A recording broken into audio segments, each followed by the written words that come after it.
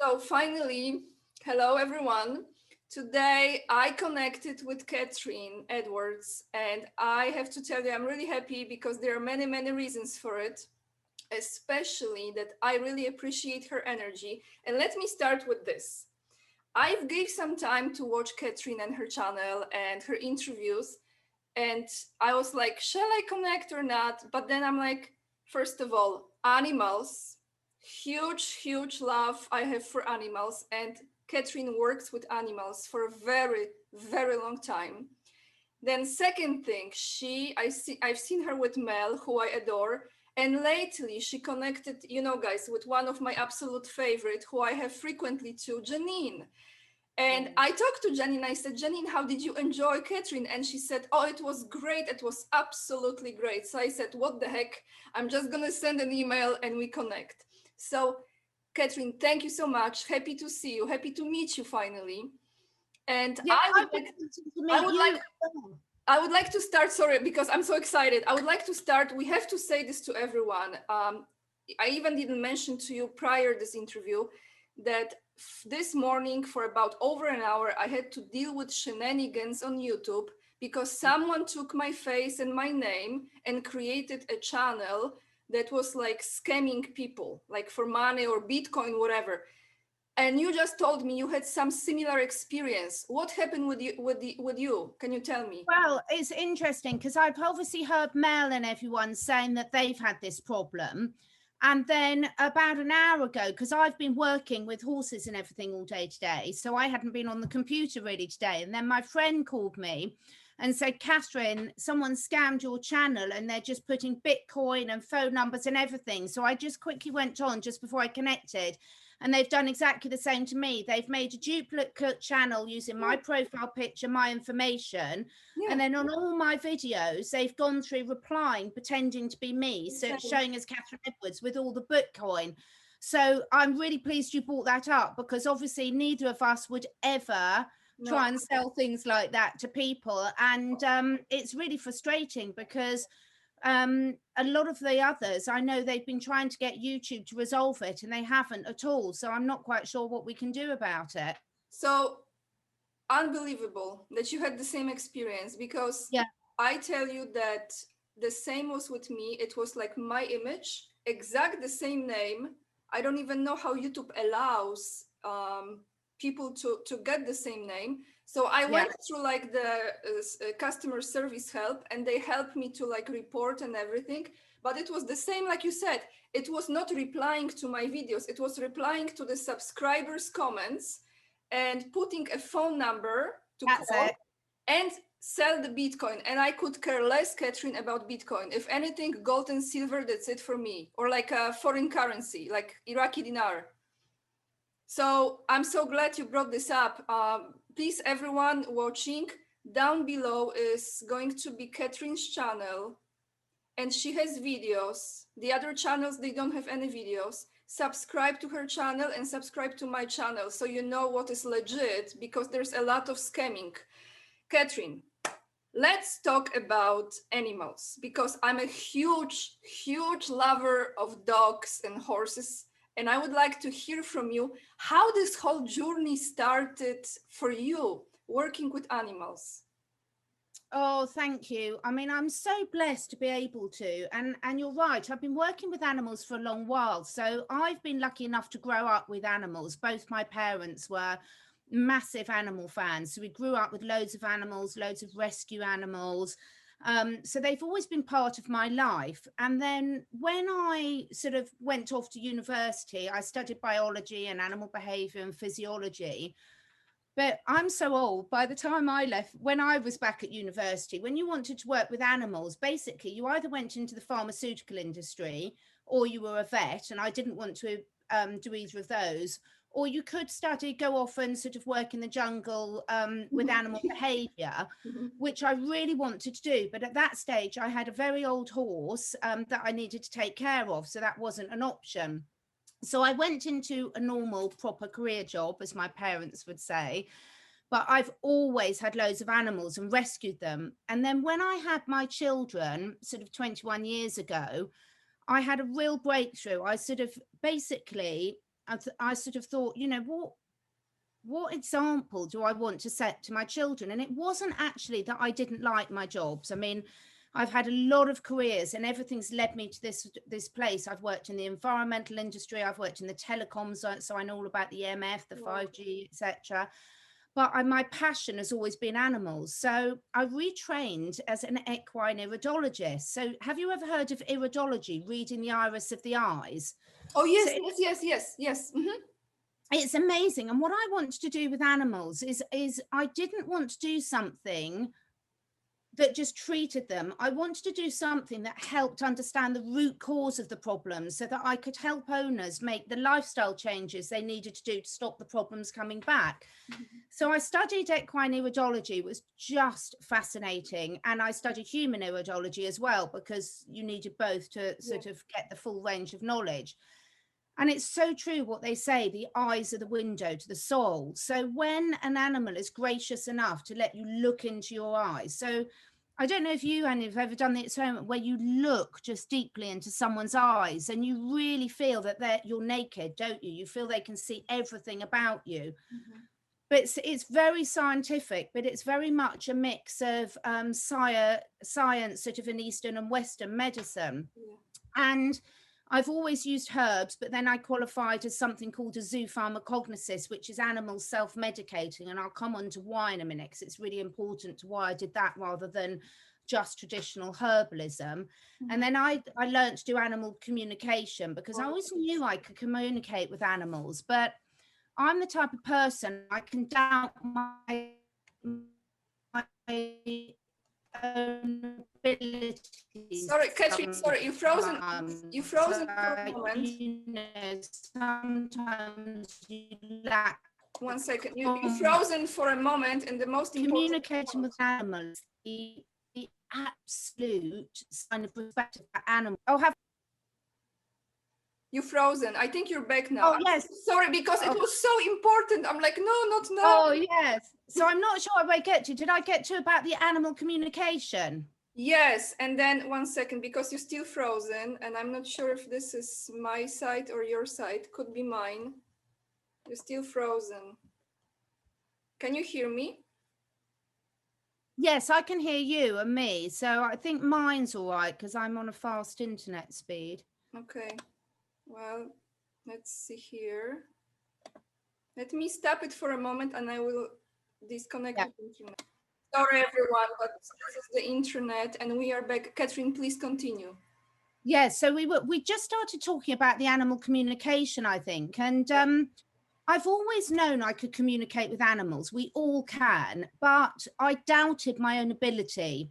So I studied animal communication because the course that I did had a very, very stringent exam process. And for my own confidence, I wanted to put myself through that, because for me, out of everything I do, the communicating with the animals is where I take things most seriously. Because if an animal is going to give you the respect of telling you what's truly going on in their lives, in their heart, I needed to know I was getting it right, because I would hate to misrepresent that animal.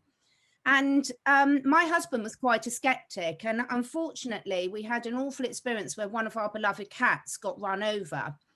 And so I invited an animal communicator over. My husband didn't believe in it at all. And I asked him to be present for the session. And by the end of this session, he was just completely blown away, because this was communicating with a dead animal, which you can do just as easily because you're communicating at a soul level, not at a physical 3D body level, although I will explain more because you can pick up all the health issues. But he was so blown away because what the communicator told us, you could never have made up. I mean, you couldn't have made up. So what I really try and do with animals, my real passion, and it fits so well into what's going on now, and I'll explain why in a minute. My real passion is to make the world a better place for animals and to help us humans to understand the world from the animal's point of view. Because anyone who has a pet or a horse, or I don't like to use the word owner, but, you know, an animal parent, we make decisions based on our human understanding, but that's not always best for the animals. because they live in a different world and they can teach us so much. And I know we're going to talk about that. But I've been saying for years, you know, trying to explain to people that because we make all the decisions for animals, we've got sort of a duty of care to understand as much as possible about their view and their needs from the world. And during lockdown, a lot of us across the globe have had a lot of our liberties and decisions taken away from us. And for me, I think this is a reflection of our human consciousness, because we've been acting like that to nature, to animals, to all living beings on it, and to a large extent to the human race for a long while. And we've now had a bit of a taste of the medicine in terms of what it's like to have a lot of our liberties taken away. And what I'm really hopeful of is it's going to give us a new understanding for how we interact with the wildlife, with the animals in our life, with nature moving forward. I absolutely love this. I mean, there's so much like gold in this, what you said. I could like pick up so many topics within it. It's amazing. So just from the end of this, it's so good, Catherine. Oh my gosh. You just said how we were literally domesticated, like those animals were in our lives for so many years. And in a way, we actually experience the very thing which the nature is free, and the nature is ever evolving, and there is no end to this. It's like ever giving life. And we were so surprised, like we could actually really relate to the suffering of animals, I think now. And what I tell you, you said something so beautiful about the eyes. Like you have very beautiful eyes, very beautiful your eyes are. And I haven't had horse in my life. I actually want to share this story with you. I haven't had horse in my life, but since I was a little child, I had this like an urge to draw horses. Like I was 4 years old, 5 years old, I was drawing horses, like literally like with the muscle structures. And my parents were like, how does she know? Because we lived in the city. We didn't live in the countryside. I never was like riding horses when I was a little girl, but I had this connection with horses. And long story short, some time ago, I had my past life regression done. And I saw my past life, and I was a man, I was a warrior, and I was on the horse, a black stallion in Normandy. And my connection, Catherine, to that horse was unbreakable. He was like, I mean, there was such a strong bond between me and that horse in that past life in middle age. Yeah. That I was literally, I have chills now, you know? So Like, do I. I actually will be writing, my third book will be about that story. A few more years from now, everyone. So, but the thing is, when you said eyes, I literally saw this. I was with horses in my life. Like I went to like horse riding schools some time ago. And what I really enjoyed the most was not so much riding the horse, but looking and there's incredible, powerful eyes, and just stare in those eyes and in a way communicate with them. They could see through me. Like they could see literally through me. Yeah. So I want to start with this question here. When you communicate, does it vary depending on the type of the animal, or there is a certain similarity? Because dogs are different. I love dogs very much, but it's easier with me with dogs than horses, for example. Horses are so powerful. How is it? Like, Yeah. how you approach it? Can you tell me? Well, it's a really good question. So each animal has its own sort of energy and spirit. So in terms of a species, so horses have a different role to fulfill on this world and interaction with humans to, say, dogs and cats. So at one level, you've got that. And bearing in mind that a horse is a prey animal and we humans are a predator. So immediately you've got that different interaction. And for a predator to stare into the eyes of a prey animal is a very invasive action. But the horses completely understand intent. And then, of course, you've got the individual personality of the individual animal. So it's in layers. But in the thing that has the biggest impact is the owner or carer, because an animal will only tell you what they feel safe to tell you. So putting it into perspective, you imagine if you're an abused child, and imagine if you're an abused child and one of your parents is doing the abuse, and you go along to talk up to a counsellor. You're not going to tell the counsellor what was going on in front of if the parents are there, because the abuser is there. Now, abuse is a very strong word, and it has a huge range of intentional and unintentional. But a lot of the times, in terms of how the animal will communicate with me, has less to do with the species, but it has more to do with how much they trust the human that's going to be making the decision for them. Okay. So if you're going to tell the human that there's something seriously wrong with you, and that human might then say, well, I'll have them put down, then I have to have a conversation with that animal in terms of whether it's in the animal's best interest for me to relay that information to the human, because my loyalty is always with the animal and what's in the animal's interest, not with the human. Because they are not messed up, Catherine. They are not messed up. We are messed up. Yeah, they're not mixed up, and their intent is so pure. But the thing that brings tears to my eyes, and my children and husband laugh every time, because every time I do a communication, I've been doing this for years, I always come home, and I never diverge anything personal to anyone. It's completely confidential, but I will always just say, oh my God, it was just the most incredible experience ever. What they told me, and they said, when are you going to get used to this? This happens every time. But what breaks my heart more than anything, Anya, is the fact that the animals know everything that's going on in our lives, everything. So different communicators will pick up different things based on what my energy is. So because I've got a medical and biological background, but because also I've got a very spiritual background, they'll tell me certain things. So if you imagine your 4 best girlfriends, and you might have 4 best girlfriends, but they've all got different personalities. So one of them you might talk to more about your career. One of them you might talk to more about your love life. One of them you might talk to more about your past.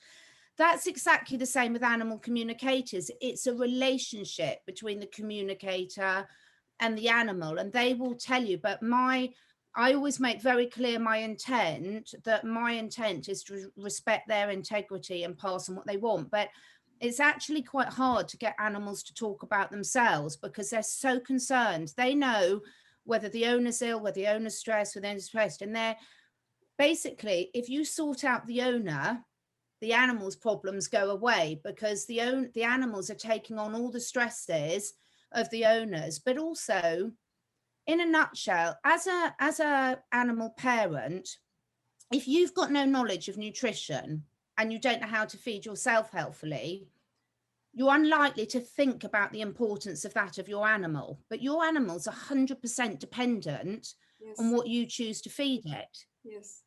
So often the animals are actually directing you often to work with the human a lot as well, because that human's making every decision. The animal can't go to the feed store themselves and choose their food.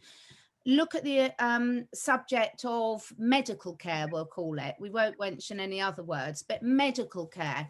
So at the moment, there's a lot of debate about whether humans have got body integrity and what certain procedures might be inflicted on us or not. So Whether we'll have... let's call it, like Janine calls it, the cure. The cure that people take, it's the same, isn't it? The same with animals, like they've been forced, in California or other, like, because like some even rental places, if you have a dog, let's say you're renting an apartment, you have to provide them a certain certificate that the animal got this cure, right? Yeah. And now, I didn't know this before. It's another story. We will get into the dog story, because I feel like this is like a healing therapy for me in a way, actually. Yes, it is, because they've just got so much to teach us. Yes. And like they literally force those how you say, landlord is Yeah, forcing those who are renting to provide this certificate, yeah. and those chips, those animals with chips, I mean, it's just like, I mean, really, it started It, with them.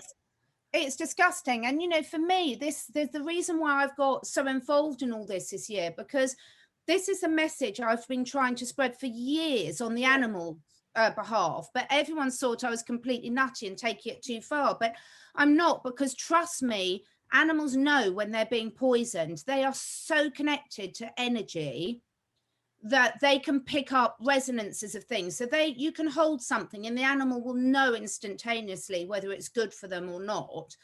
And yet we force these things on them, and a lot of the time we force them on them because we think we're doing good, but look at what's happening now.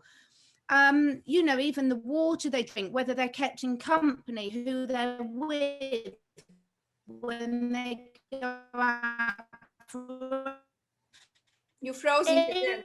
One second, one second, everything about one them. second, Catherine. So Sorry, guys, again, what we do. This is United Kingdom and this is America, but we come together, so it's fine. Somehow this internet is just like messing up.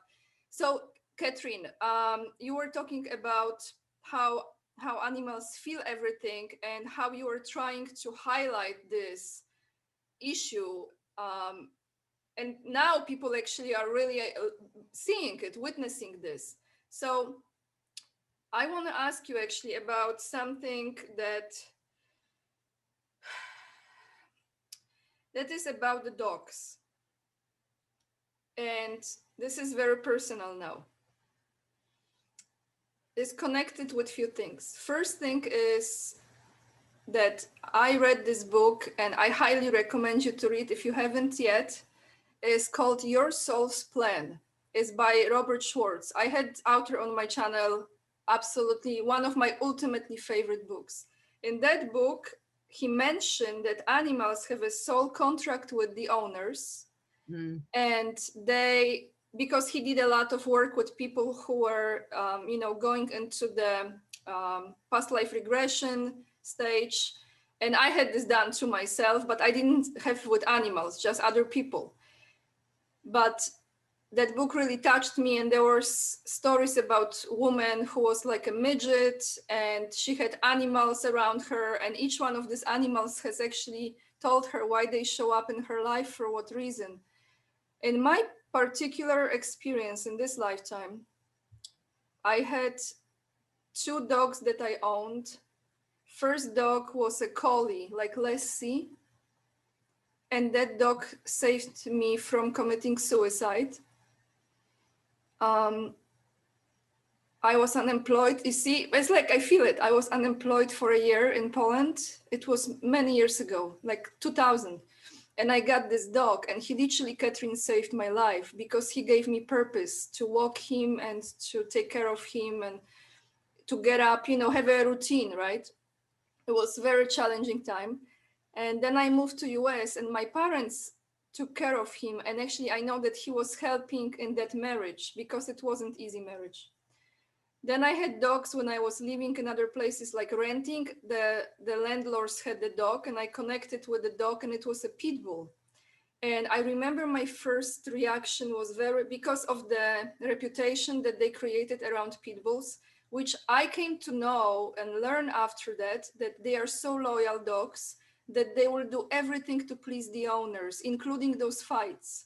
Those fights they do with pit bulls. Pit bulls are of course, they can be used like aggressive, and they have something in their DNA. But when you really love them and you take care of them and you're not aggressive towards them, you're not abusing, he was the most loyal, loving, sweet dog, like my protector. He was my protector. And then I got another dog when I actually was in US still. It was a beagle. So here's the thing with this beagle. I had a nervous breakdown in United States. I moved to Poland back a few years ago, and I took him with me. His name was Odo. I took him with me, and I went through the most traumatic experience with my family. I was completely depressed. I was devastated. What have I done? Why I left US? Here I am, like total loser. But again, this dog saved me there. And I was writing my book and he was with me. I had to find him a new home. I'm still recovering from this. I'm better now. He has a loving home, but it was very, very difficult for me. And because of that experience, I actually wrote a book for children now that will be published this year. So when I saw you work with animals, you understand that, and you know this more than many people, how important they are in our lives. Like this connection is beyond words. And the healing process to go through, like I tell you, Catherine, I never said this before, but I had a lot of problems with like anxiety, and I was burned out with this American lifestyle, like hustle, hustle, work, work, work, pay the bills, credit cards, you know. And sometimes I felt like this aggression was going on my dog, and I didn't like this part of me, you know. And I feel now like I wasn't abusing him, but in a way I was kind of abusing him with my energy. And now I feel that this is so important to talk about because people were stuck at home with those dogs, and they were the energy was so like suppressed, and then the outlet was this animal. Yeah. So how would you say, I'm sorry, this was so much about me, but I think you are the person who will really understand what I said, because I still feel it. Like I miss him so much. He has a very good life now, but he was my best friend, you know. It's like a baby. So how people can find a way to, in spite of those challenges they've been forced on, find a way to appreciate and love this God-given creature they have in their life. Yeah, it's a huge one, because I don't think I mean, first of all, we're taught that animals don't have the same feelings and thoughts as humans, and we can see that in everyday language. You know, even when people say, well, you know, you're like sheep following this and everything, and it's a lot of derogatory, not meaning to be, terms about animals. But I think it comes back to the core of, at the moment, there's a huge awakening of people understanding that you can't get happiness from outside of yourself. You can only get happiness from inside of yourself. And you are so right. And every animal that comes into our life, whether it's a goldfish, a horse, a dog, a cat, a hamster, there's a soul contract there, and there's never an accident. So one of the main things I work with is there's often a lot of synergy between health-wise, physical and emotional, what's going on with the animals and what's going on with the human. But I think we all learn from our mistakes. You know, we've said this over and over again, we learn from mistakes. But the great thing is to understand that, and you have got that connection at all times with your dog. It doesn't matter what country they're in, doesn't matter whether they're living with another family now.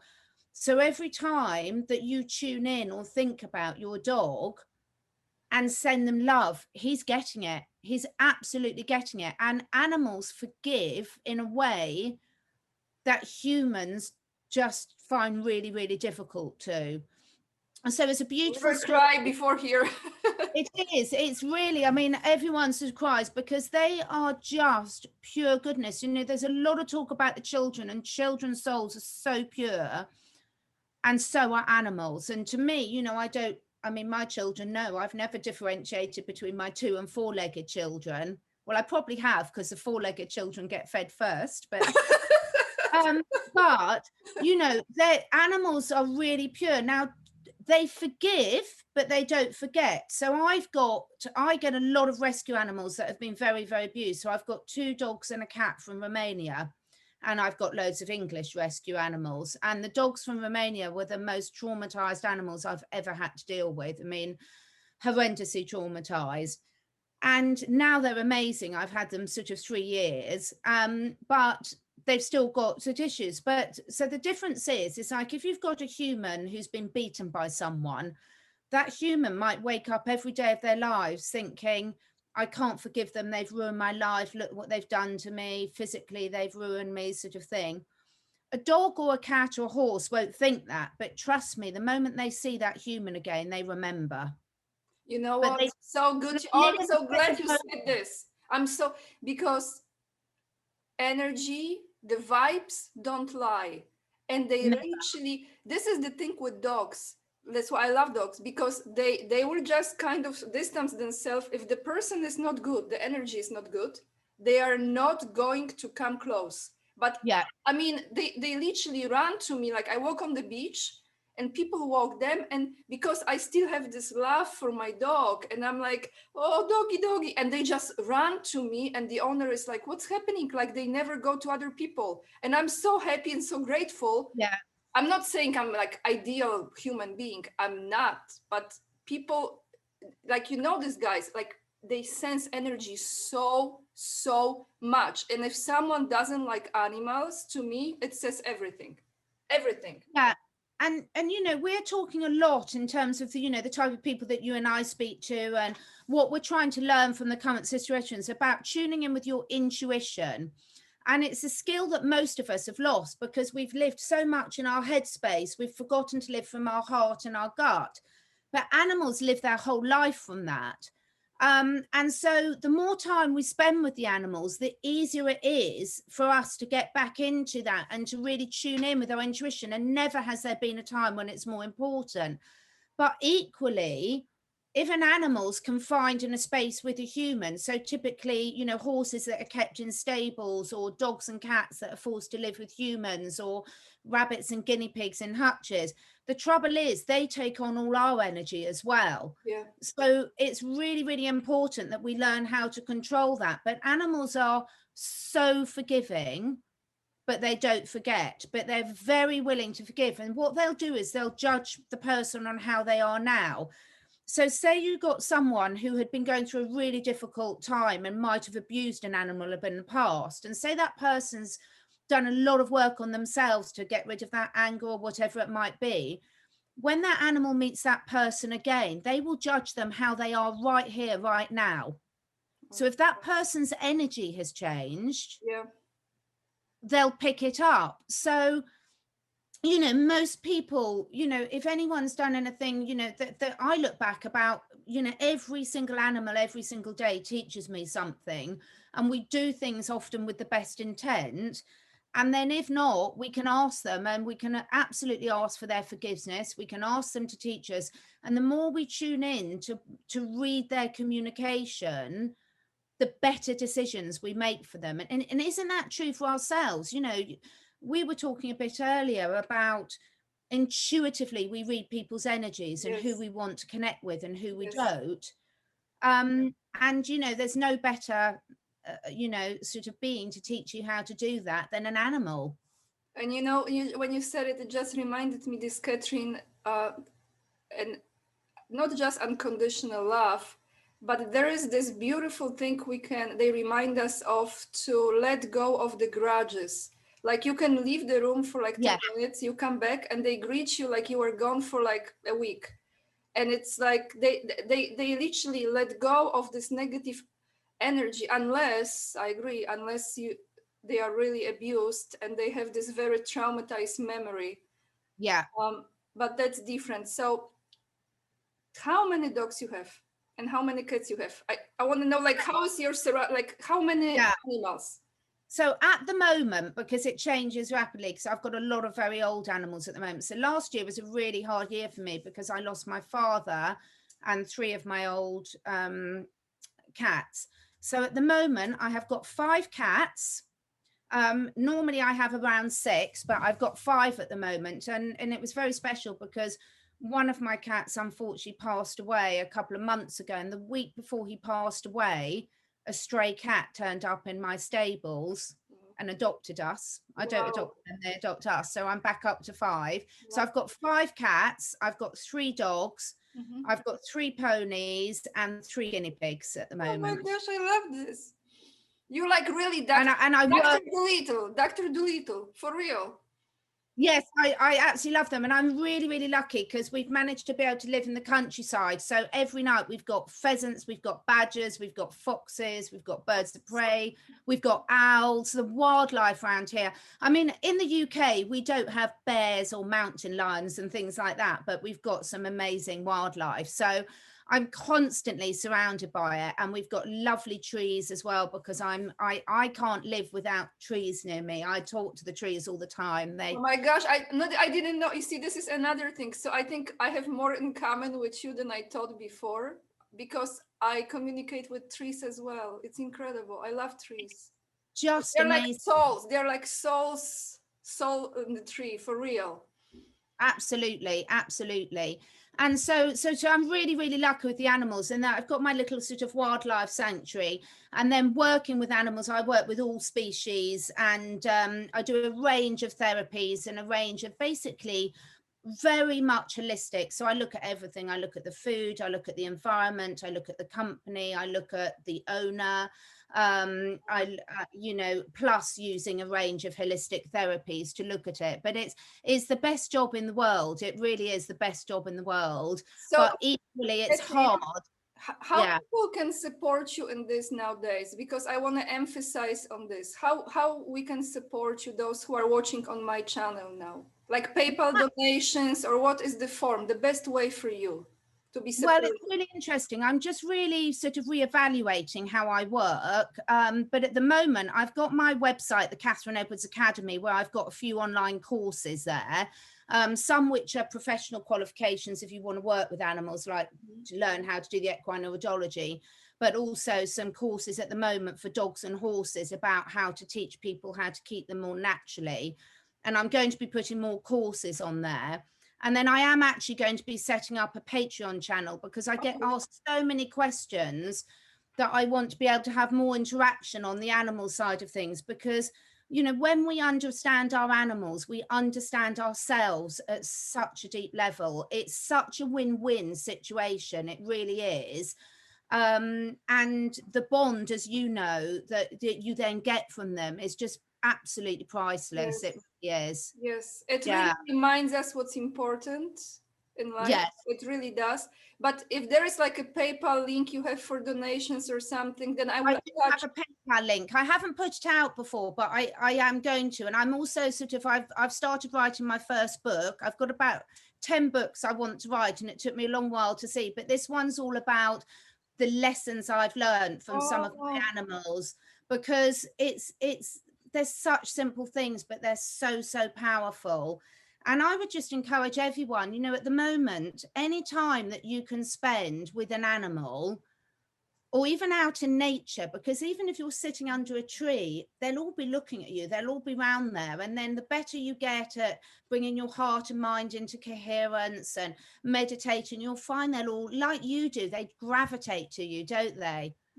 and you And said this so beautifully now because truly it is. We actually are, when we go into nature, we stay there long enough, we are tuning into the frequency of those trees and the plants and the birds that I love.